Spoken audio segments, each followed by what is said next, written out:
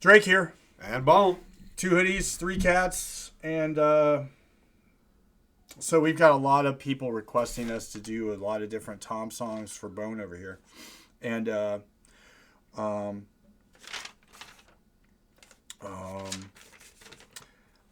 this is a track that was suggested. I don't remember who suggested it. It might have been suggested by multiple people and from Hangover Gang. It's called I Don't Care.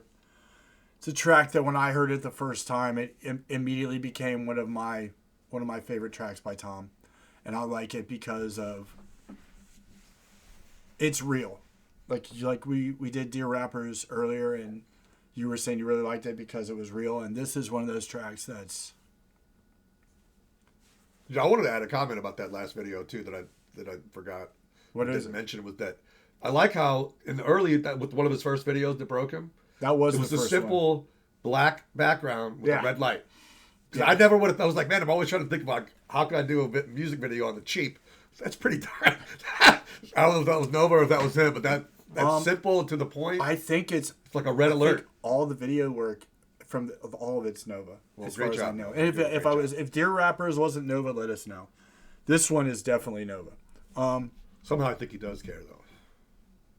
Well, it's a really interesting title. We're just gonna you'll figure it out. All right, let's go. Here we go. Let's do it. Let's do this. Honestly, I'm sick to death of hearing the complaints. Everybody wants to tell me how I've changed. I think somehow I'm responsible for bodies filling graves. If I made the songs they wanted, were they fans I could have saved? Man, that's a lot of weight. I thought it would be great to entertain, and now I understand why mumble rappers say the things they say. They don't want any obligation to the fan base they create. I guess my morals won't allow me to be famous if it's fake. I barely made it. I was living in the ghetto, always praying my potential wouldn't go to waste before I could escape it. I just had a mental breakdown, rent was due, I couldn't pay it. Killing roaches, scraping guts off all the plates and being patient. Ay, living in the hood, could've got me killed. Kitchen full of rats, stomach never filled. They cut off the lights, couldn't pay the bills. I was always sick, couldn't buy the pills. Girlfriend almost left me, we were broken, we were desperate. Right before it got too heavy, I went viral off a record. Ay. Never signed a deal, I did it on my own. I made all the beats, I write every song. They did not believe I knew it all along. Told me I was weak, I showed them I was strong. Never should've bet against me. Thought my anxiety was gonna wreck me. Thought my depression would get in my head for a second and leave, but it never left me. Everybody says I changed up, cause I had nothing and I came up, now I'm someone they're afraid of, so say some, whoa, oh, hey, yo, everything you say, bro, I don't care, no, I don't care, bro, fame won't ever make me change, so I don't care, no, I don't care, no. That's powerful stuff right there. Because look, the reason why, I mean, look, you can talk about someone's talent. Who knows? Right. Who knows? But at least to me, in my mind, I walked away from that lifestyle 20 years ago because it was going to destroy me. Right. And I took those 20 years, I think, to get way better at my craft. But the point is that I agree 100% with everything he's saying, and that's powerful stuff. And it's nice to be able to let that out. Because I feel like as a songwriter, you let certain things out, and you let it go. Yeah, 100%. I agree 100%. You listen to the stuff he's gone through and all the different tracks that he has, where he's like really just putting himself out there. Yeah. And some people take it and they attack him for it, and other people are looking at it like, well, he's actually showing me that it's okay to have these problems and letting me know that I can get through this. Right. Yeah. Well, it's interesting that people attack it because there's a certain quote, I don't know where it comes from, where it says that a prophet is never accepted in his own land. Oh, yeah. And anyone who speaks the truth is counted as mad. Well, he's definitely considered crazy and mad, except for he's got millions of followers and fans. Well, for a great reason. Yeah. For a great reason. I like the the auto-tune on the hook. I like that. Yep. I've always kind of been a sap for that kind of sound, though. I like it. Yeah, he gets a lot of flack for comparisons with a handful of other white rappers. We'll just leave it at that. But I don't mock what they don't understand. And I don't think he's really. He's not trying to be anybody but himself. You talking about someone specific that I know?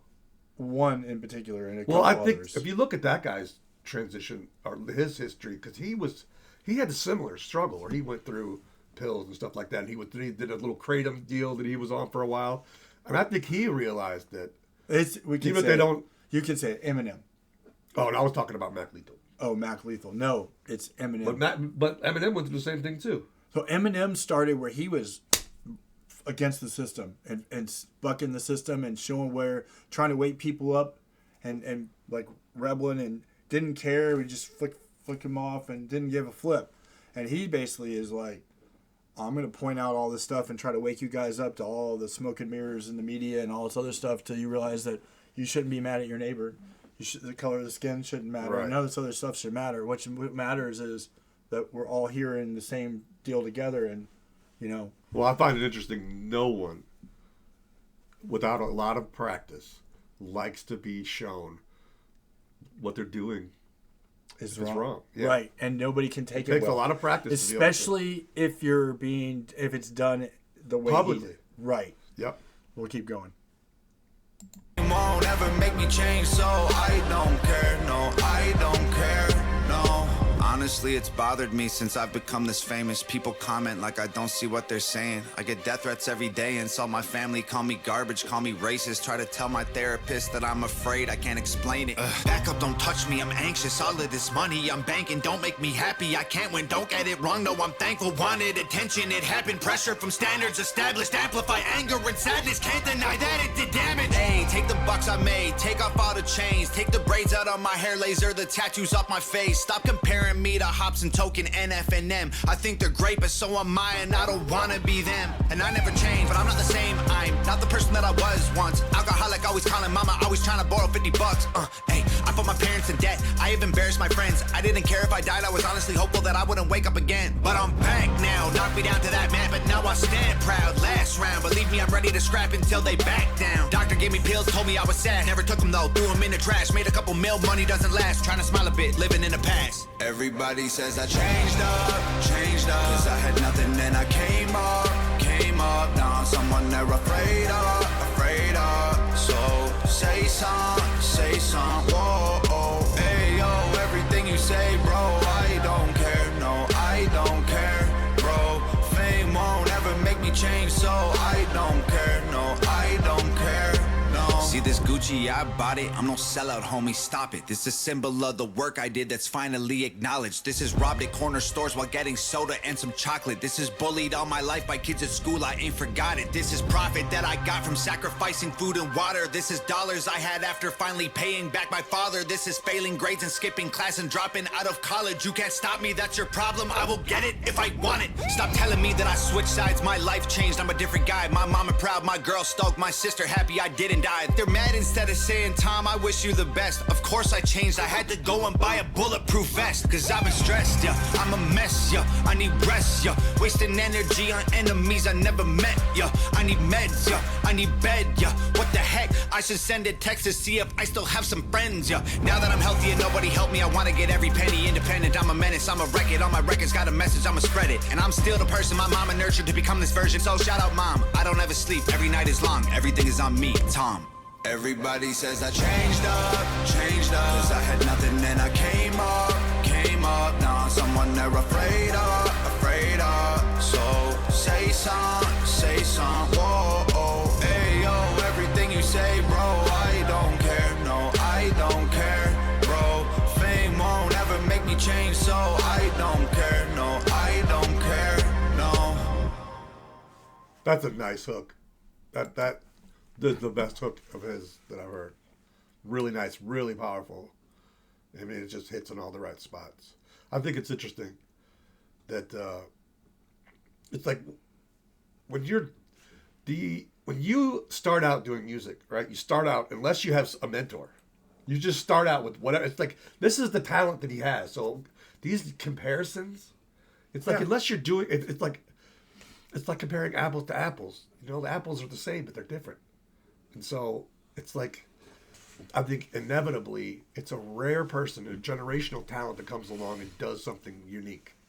100%. You know what I mean? Everyone else, we just do with the talent we have. That's all we can do. Right. I'll never be Jimi Hendrix. I'll never be Tony Iommi. So I don't even. And like try. we did a Ren reaction where Ren was it was High Ren, where he's having that argument with himself and he talks about, oh, you think you're the next Jimi Hendrix, and He made a comment there that you're Bone, and now you're only ever going to be Bone. Yeah. And Ren is Ren. He's only ever going to be Ren, and Tom is Tom.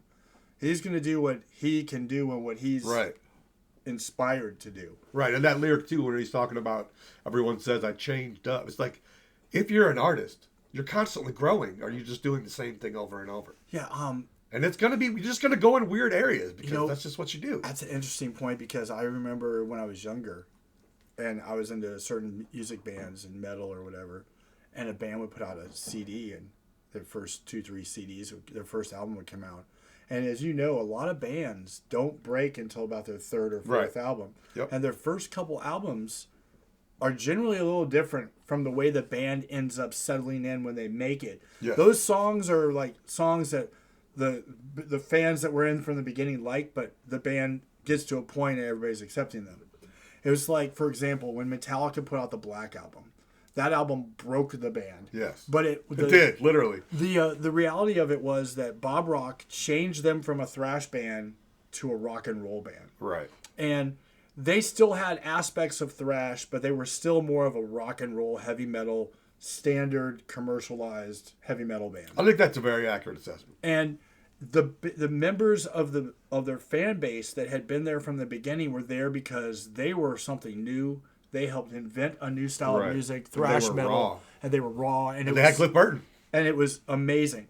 And it's not that I don't like that. I was in a trap there where I found it very difficult to continue with them after that album. And there's some songs after it, but if I'm going to listen to Metallica, it's that album and backwards. Well, think about this. But in fairness to Metallica, right? Because everything you said is right. But consider there's something that coincides with it. What else was going on at that time? Because you had a lot of bands in the 90s that started to blend all these genres. And I found myself liking bands that mix like Sublime. Like there was a... Go on. No, I was going to say like Sublime mixes all these different styles. The Red Hot Chili Peppers. Red Hot Chili Peppers, Jane's Addiction. 311. There's a bunch of these bands. But there's an interesting video about the beginning of thrash where they're interviewing and talking to the guys from Metallica and Dave Mustaine and the guys from Anthrax and the guys from Slayer and a couple other bands in the scene. And they basically tell you that after all this stuff hit and the Black Album hit and they got to the height of that one spot, like in the late 80s, early 90s, right in that 88 to 91 time frame, grunge hit. Yeah. And bands like Alice in Chains and Nirvana and Pearl Jam and Soundgarden came in and just stole the show. Because it was authentic. It was something new. Everybody's always looking for something new and different. Right. It seemed like... Because there was so much heavy metal and thrash that was the same thing just piled on top of it. Right. It seemed like Metallica, in a way, to me, in hindsight, lost a little bit of their authenticity. And this could go on for a while. This was a Tom MacDonald video, but look, you're going to learn something. The big four, Metallica, Megadeth, Slayer, and Anthrax, they're the big four, but three of them kind of stayed in their genre and grew in their genre, while Metallica kind of trailblazed into a whole different style of music. And they have a lot of fans. And they've returned back into thrash a couple times. They've got a couple albums that have come out that have gone back. And they have some songs like this new album they put out, the song 72 Seasons or whatever. That sounded the most like old school Metallica that I'd heard in years. We can't do that song because it's Metallica. But anyway. There's stuff that I honestly haven't heard a whole album since the self-titled or the Black Album. Gotcha. I want to say something in fairness to Metallica. I can't say that they lost their authenticity to themselves. No. To me, I diverged at the same time their music changed. That's what I was saying is you get to a point as a fan where you are in this because this is what it was. They change and you're not ready to go that direction yet. So it's like, I'm going to put you on the shelf and I'm going to go over here where these bands are still doing what I'm into. There's nothing wrong with that. Then later on, as you get older, you can start looking at other stuff. You're like, wow, I should have listened to this sooner. And then sometimes you just divulge away from that music and into something else, but you always can go back to the parts of that music that you liked. Right. Yeah. Well, I think this is going to be an interesting ride because I want to go back and check out some of the things that, like the Iron Maidens and the other things that I didn't like back then. Because it's not that I didn't appreciate the ability, the skill, and the creativeness of it. It's just the structure and the overall package that didn't appeal to me. I get that. So I digress. We're about to get out. This has been Drake and Bone and the Two Hoodies 3Cast channel. If you're new to the channel, please hit like and subscribe. Comment below and let us know. Bone's new to the whole Hangover Gang deal. So any of the Hangover Gang aspects and all the offshoot music and so forth, you guys can... I've got a list of stuff that's been suggested already and we're going to try to hit. But that's all I've got. That's it. Let's go. Let's keep going. Any final thoughts? I would say that Tom MacDonald is a breath of fresh air as far as messaging. Oh, yeah. Yeah. And it's just a shame that people get so worked up they can't see that he's actually trying to help people. Oh, 100%. And the thing with a lot of times, too, is, like, I haven't really liked and been excited about a rap artist in a very long time. I have, man, I mean, I didn't like a lot of rap, but I love Tupac, Outkast. The last couple that I really got into would be like Ice Cube. No, that's like the very beginning. No, I'm just saying. But yeah, for me it was like Snoop Dogg, Tupac. Have you heard a lot of Pac stuff? His older stuff? I have a couple of his old albums, like Me Against the World and the one with California on it. But I didn't really listen to a lot because I was a metalhead at the time. Man, shoot. But got all that stuff on vinyl, bro. But anyway, sorry, we're doing it again. So we're gonna get out of here. We love you guys. Bone out. See you guys later.